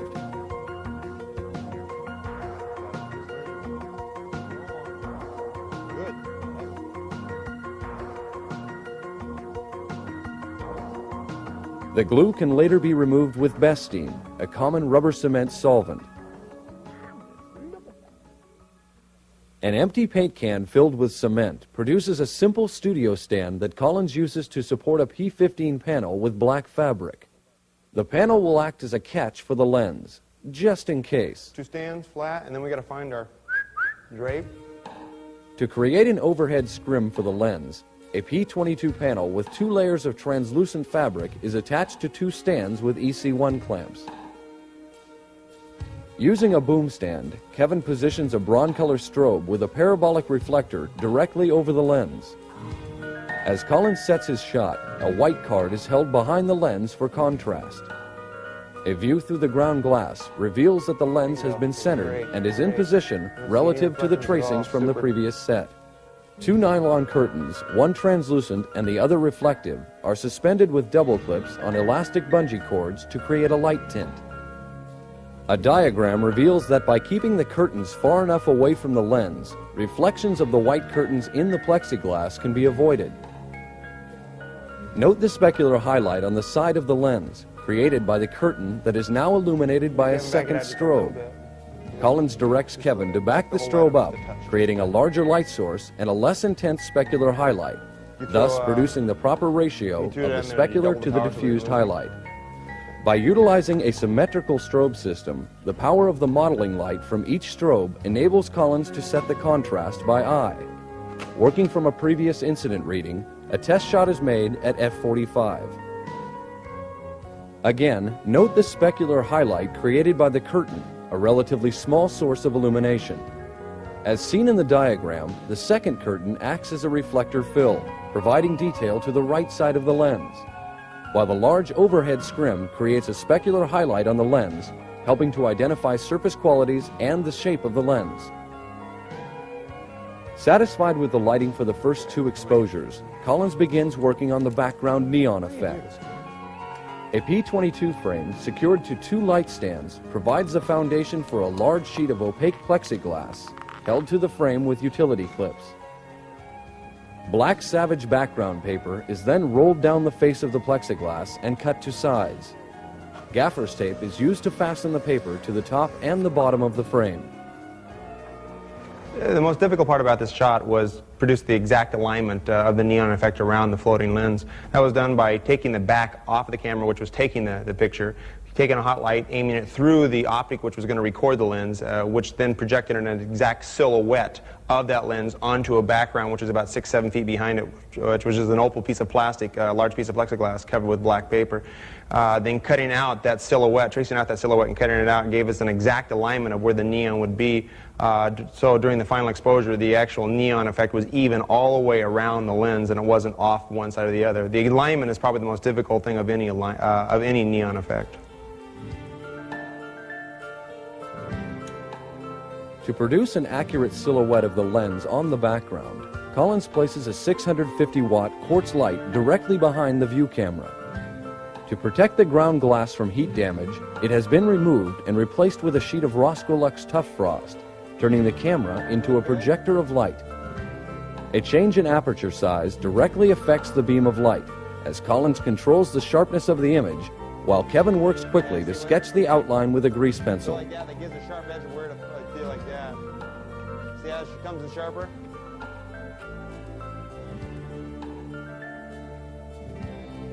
The traced area is then cut out of the paper, leaving the opaque plexiglass exposed.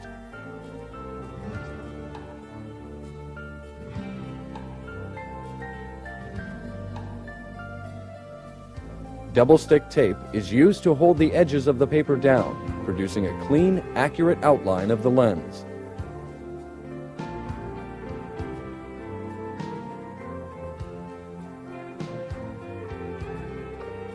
Colins places a third bronze-color strobe on a stand and aims it directly at the back of the plexiglass cutout.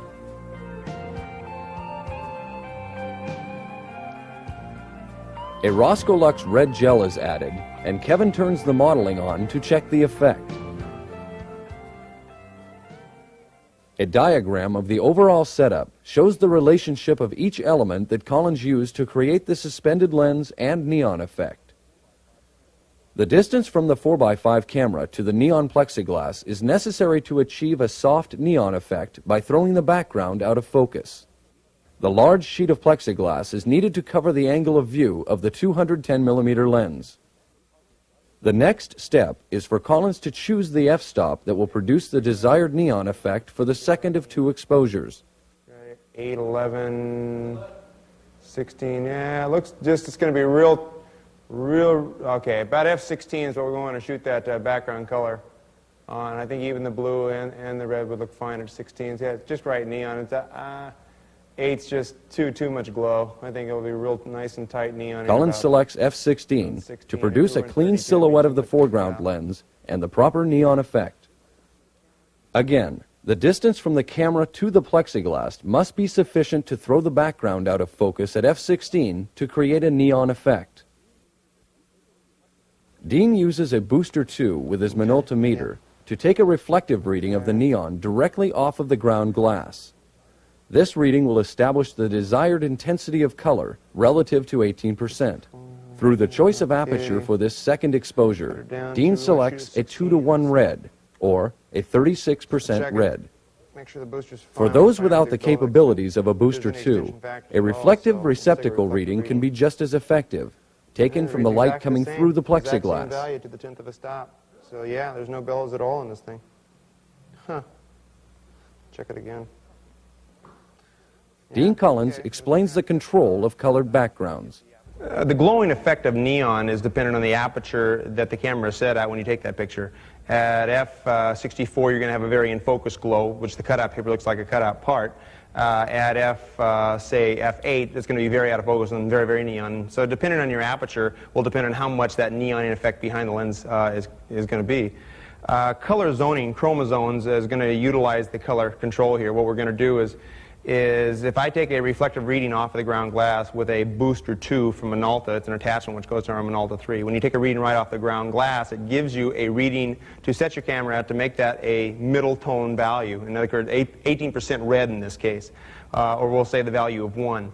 If we then make the reflective reading come off that reading something like f22, but we set our camera at f16, well, f22 is going to be twice as bright as 18%. We're going to say a 36% red or a 2:1 red. If we consider 18% 1, then we consider twice that a 2:1. The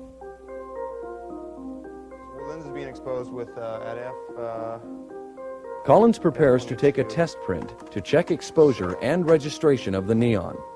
The first exposure of the lens is shot at f45 for maximum depth of field. F16 for a 2:1 red. Let me cover this up so I don't show up in the reflection of that plex. Especially these chromium wires can show up so easily. Just about like that, just so I'm out of the frame. Okay, ready?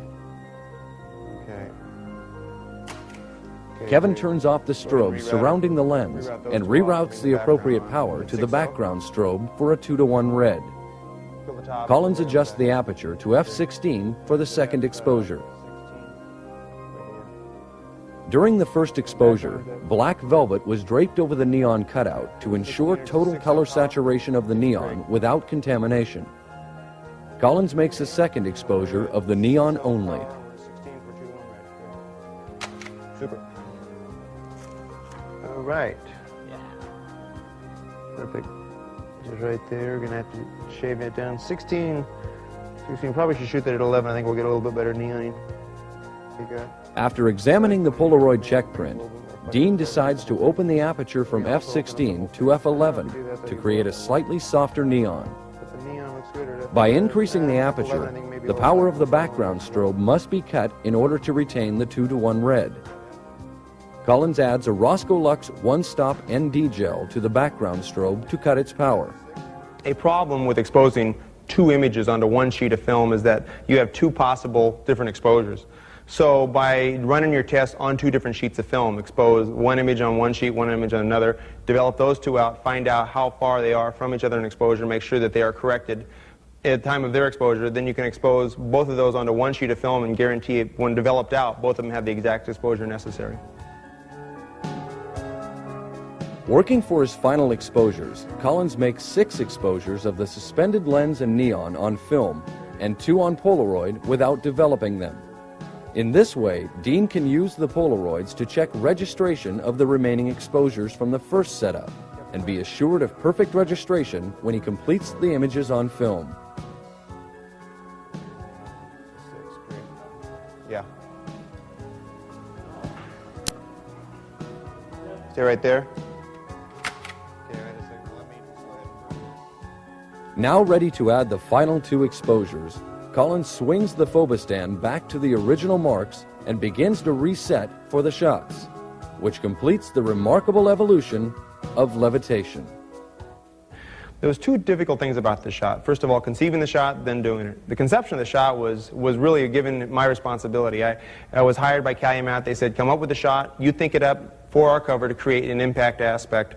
Many hours on airplanes, a lot of time on drawing board, sketching it out in my mind, until finally I came up with exactly what I wanted to look like.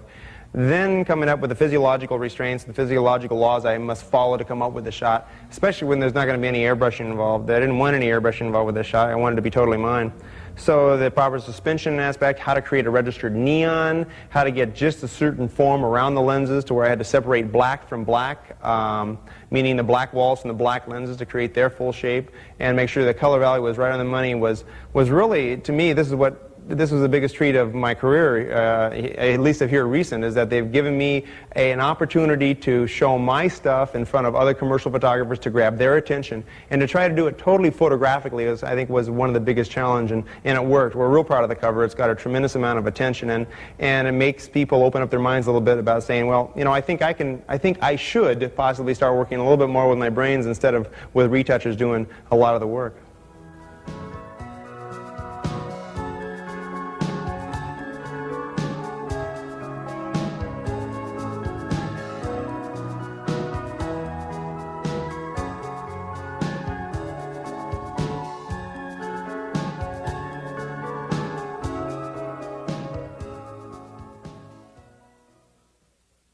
Whenever doing a merchandise catalog, there's a tremendous amount of work by the art director and not quite as much work by the photographer. But the photographer is going to light it properly and expose it properly, but the basic layout and the structure and the design of the set is going to be done by the art director, and that's where most of the time is going to be spent. So working with multiple sets is very useful in this situation, to where when the art director finishes one layout, they can go to the next set and the photographer can step in and light and expose and set up on that one. So working with 3 sets, you can rotate around and come up with 15 to 20 shots in a single day.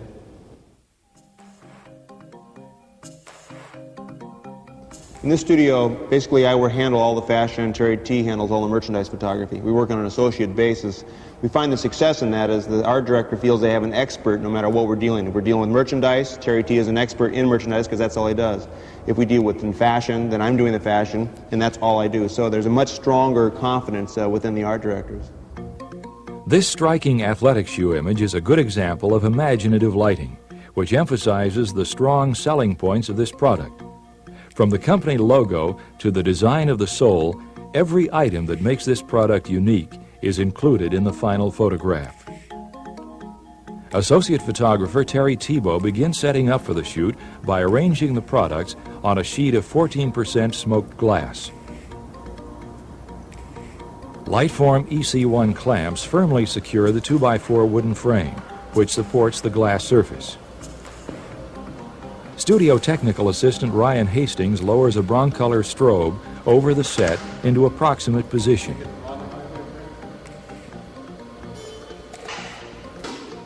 Terry T then pulls in an 8x10 Cinar P2 camera on a FOBA studio stand. The art director asked for an extremely sharp, striking image. Therefore, the 8x10 was utilized. With the camera in position, Terry and Ryan use a Calumet 2-inch rule for checking the bellows extension factor.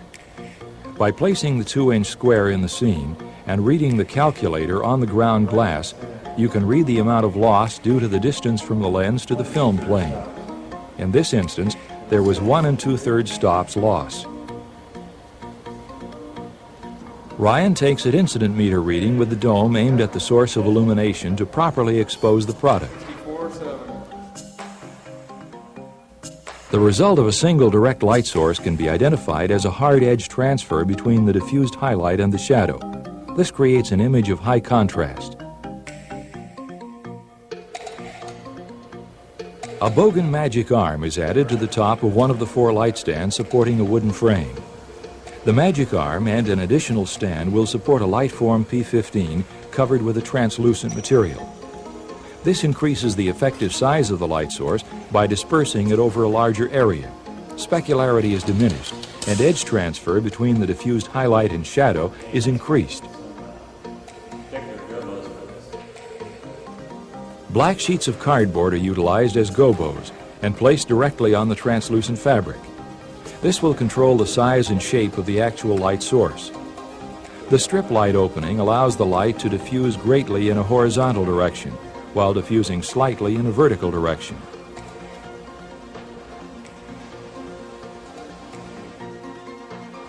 A graphic demonstrates the path of light as it goes through the fabric and evenly illuminates the products.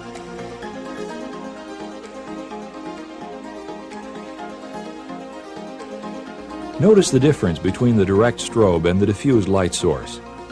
As the size of the source increases, the edge transfer between the diffused highlight and the shadow increases at the same rate, creating a wraparound quality of light.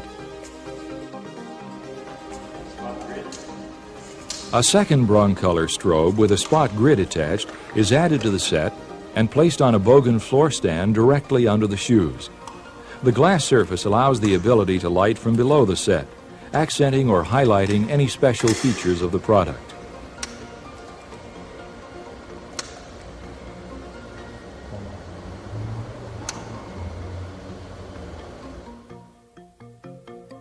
The company logo is very evident as the accent light from below is added. This type of accent lighting is not possible with a sheet of solid plexiglass for a tabletop surface. The accent lighting is controlled by taping sheets of black cardboard to the bottom of the glass tabletop surface. This method can prevent light from striking undesired areas of interest while concentrating light in the primary areas of the product. In addition, the shadows create a more graphic design. Again, a graphic demonstrates how the light is aimed directly at the sole of the shoe through the smoked glass surface.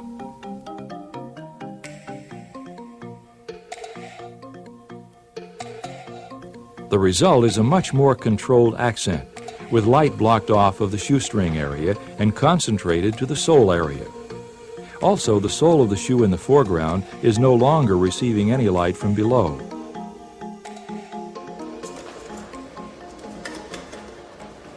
Terry adds another accent strobe for emphasizing one of the more unique features of this particular product.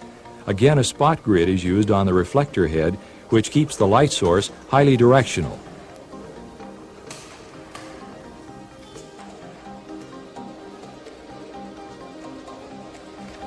The light is aimed at a silver light-right reflector, which is angled to allow light to travel through the 3 holes in the heel of the shoe. This is the major selling point of the product. Therefore, it's heavily emphasized. Right there. Now push it away from you just a little bit so we can get all 3 holes lined up. Keep going, keep going. There it is, right there. Good. To further emphasize the sole area, a red gel is placed over the accent strobe. In the drawing, the light is shown as it is aimed into the silver reflector and redirected through the holes in the heel area of the sole. With the addition of the red gel-covered highlight, the image begins to take shape. Notice the toe area of the back shoe, as it also receives a small amount of red light. The holes in the heel seem to add an extra dimension to the photograph. Black cardboard is used to prevent the floor and background from being seen from the camera's position. Ryan adds the background strobe to the set and tapes a Roscoe No. 80 blue gel to the reflector. To utilize this symmetrical system, the strobe is plugged into the same power pack as the previous 3 strobes.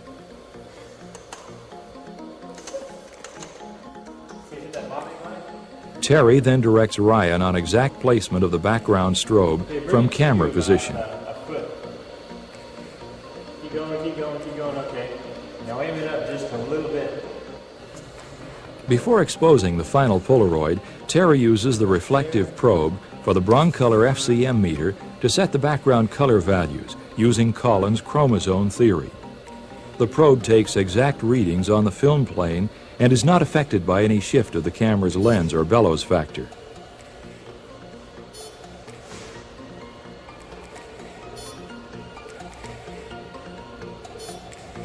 Okay, 45 1/3.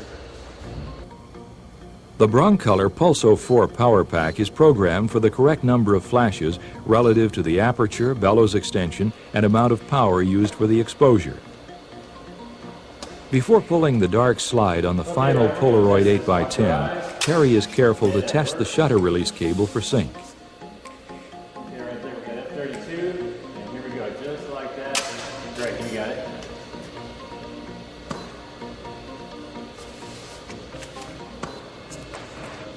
Okay, let's process this baby. The exposed 8x10 Polaroid is then loaded into the automatic processor. As the print is pulled, notice the background color value and how it balances with other colors in the image. There you go, there you go. Oh, yeah. I like that guy. Yeah, that background is good. Yeah. I like the change we made in the shoelace here.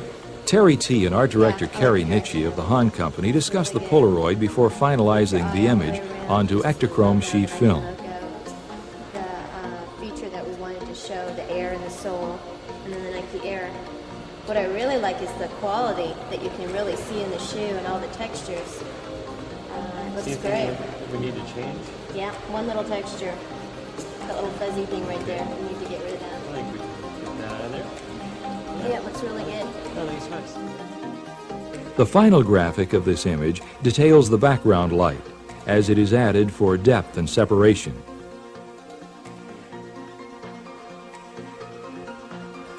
The final result shows how the blue color value enhances the background of the image and helps create a graphic design to the photograph which makes the product almost futuristic in its appearance.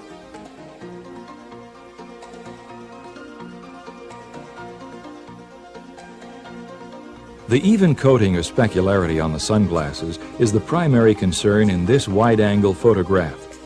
Terry selected the clay tiles for a working surface because they tend to enhance the photograph without taking away from the products.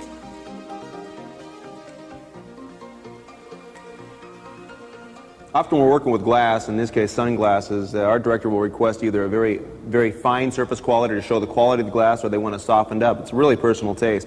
If the art director does want a softening of the shine, we'll call it specular edge transfer. This can be accomplished by placing a diffusion scrim between the actual glasses and the light box you're lighting them with.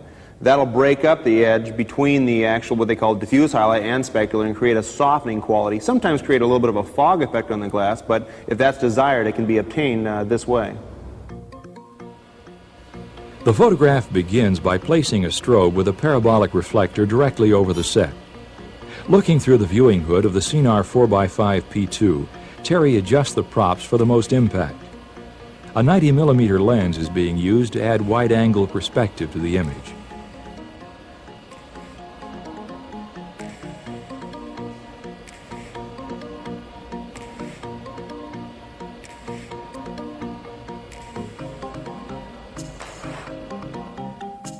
A specular highlight is defined as a mirrored image of the device creating the highlight. The parabolic reflector on the strobe head is easily seen in the lens before the specular control begins. To control the specularity, Terry begins to assemble a medium chimera light box. Terry begins installing 4 pre-bent rods into the slots provided. The rods are designed to firmly hold tension on the collapsible lightweight box.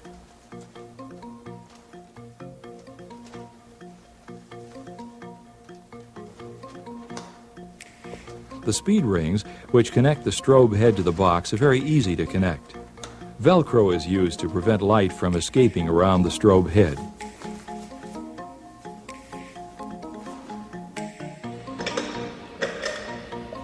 The reflector head is removed and a medium Chimera light box is bayoneted into position on the strobe head.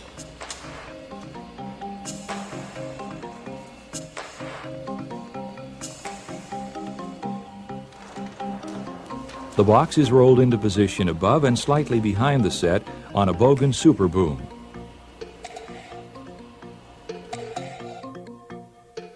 With the light box in place, the specularity is diminished in intensity at the same rate it increases in size. The result is a more pleasing photograph of a much more saleable product.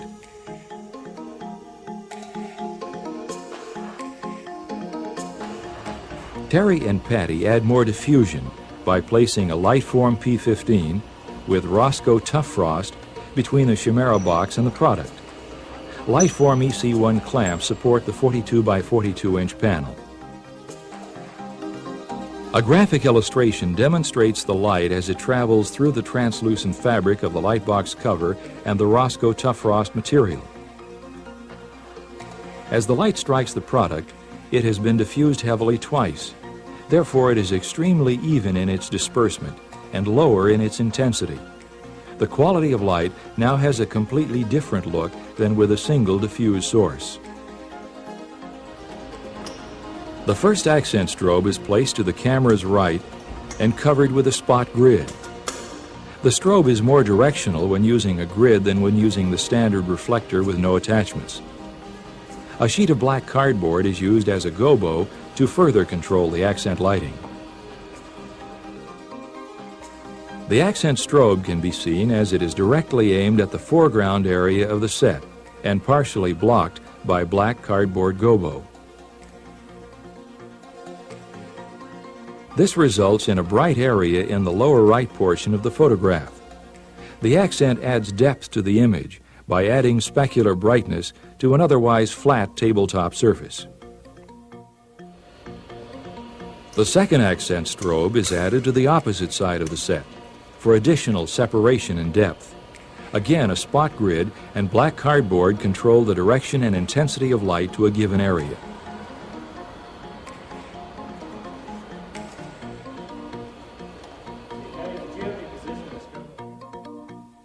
The light from the second accent strobe is also directly pointed at the foreground of the image. The added highlight is considered fine-tuning at this point of the photograph. As the second kicker light is added for the final image, notice the difference in the design of the tiles. The true shape and form is identified by the specular hard light created from each side, and the softness of the specularity in the glasses results in a photograph which speaks well of the product.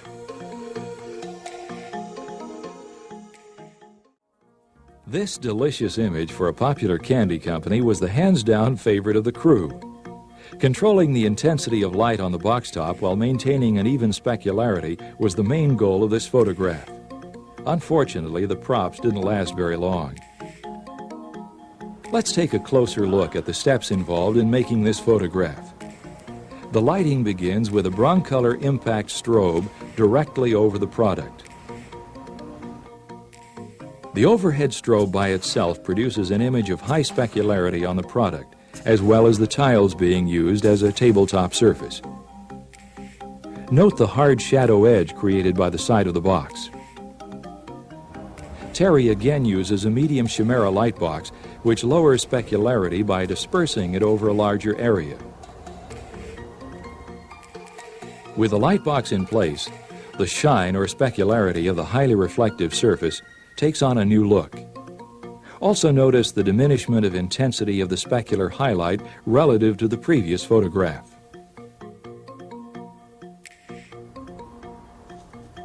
Black cardboard is used as specular gobos and placed directly on the light box to block light from reflecting onto the product at the reflective box top area. Terry adds a viewing hood to the camera to help in seeing the subtle changes in the overall image. A graphic look at the set shows the lighting as it falls evenly on the set, except for the area receiving no light because of the specular gobos. A closer look shows the difference with and without the gobos. The gobos remove the specularity, revealing the true diffused highlight on the box top, showing detail in the gold paper surface. A second impact strobe is placed on the right side of the set for use as an accent on the dark chocolates. A spot grid is again used for more directional control.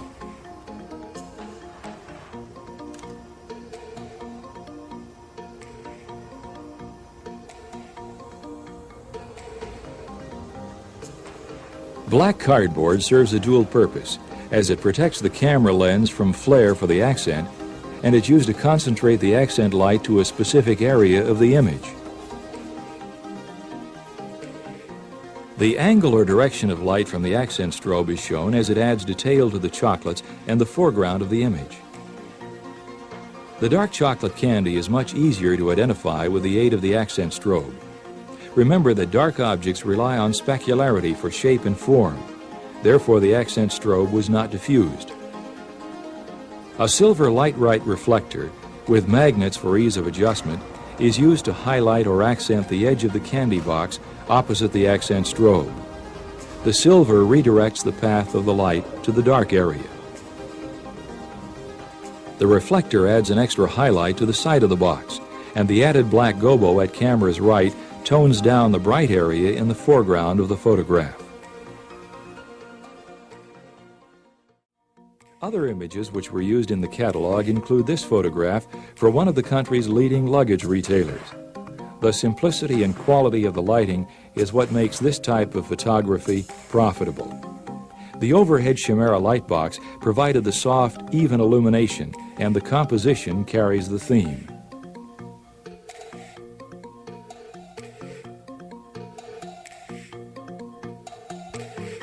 Another example of double diffusing, this His and Hers watch photograph includes the element of specular gobos as in previous sections on this tape. The reflection of the light source in the faces of the products were blocked out by two small cutouts placed on the actual light source. Again, the Roscoe Tough Frost material provides the soft light quality needed for a photograph of highly reflective objects.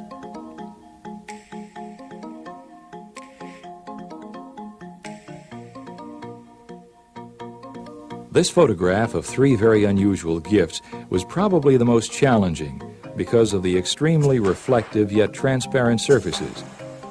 The lighting was once again an overhead box fired through a P15 light form covered with tough frost. On the tough frost was a sheet of black cardboard used to block the highlight on top of the acrylic radio. A second strobe with a light form translucent fabric was used on the right to add direction to the lighting, while at the same time creating an even specularity due to its 42 by 78 inch size.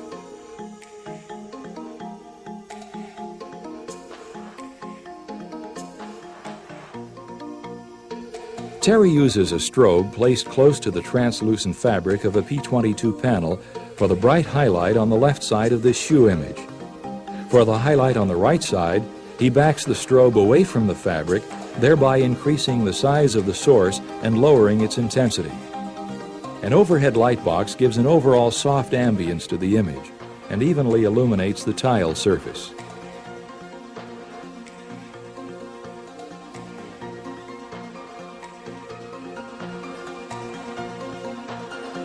Catalogs aren't often the most exciting and creative situations, but they can be one of the more profitable in photography.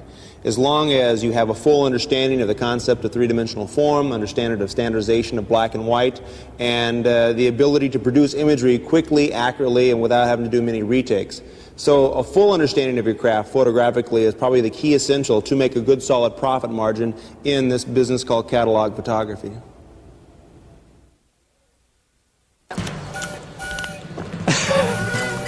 Hello?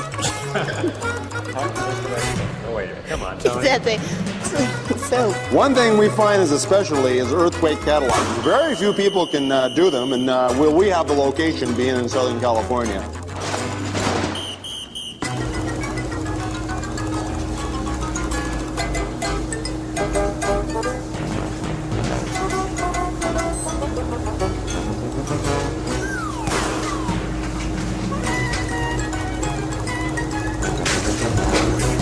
Not strip, it's 20. Ready to make a nice strip for this one. Okay, I'll start out up here and I'll pan down. Okay. Pan You down. recording? No. You want to?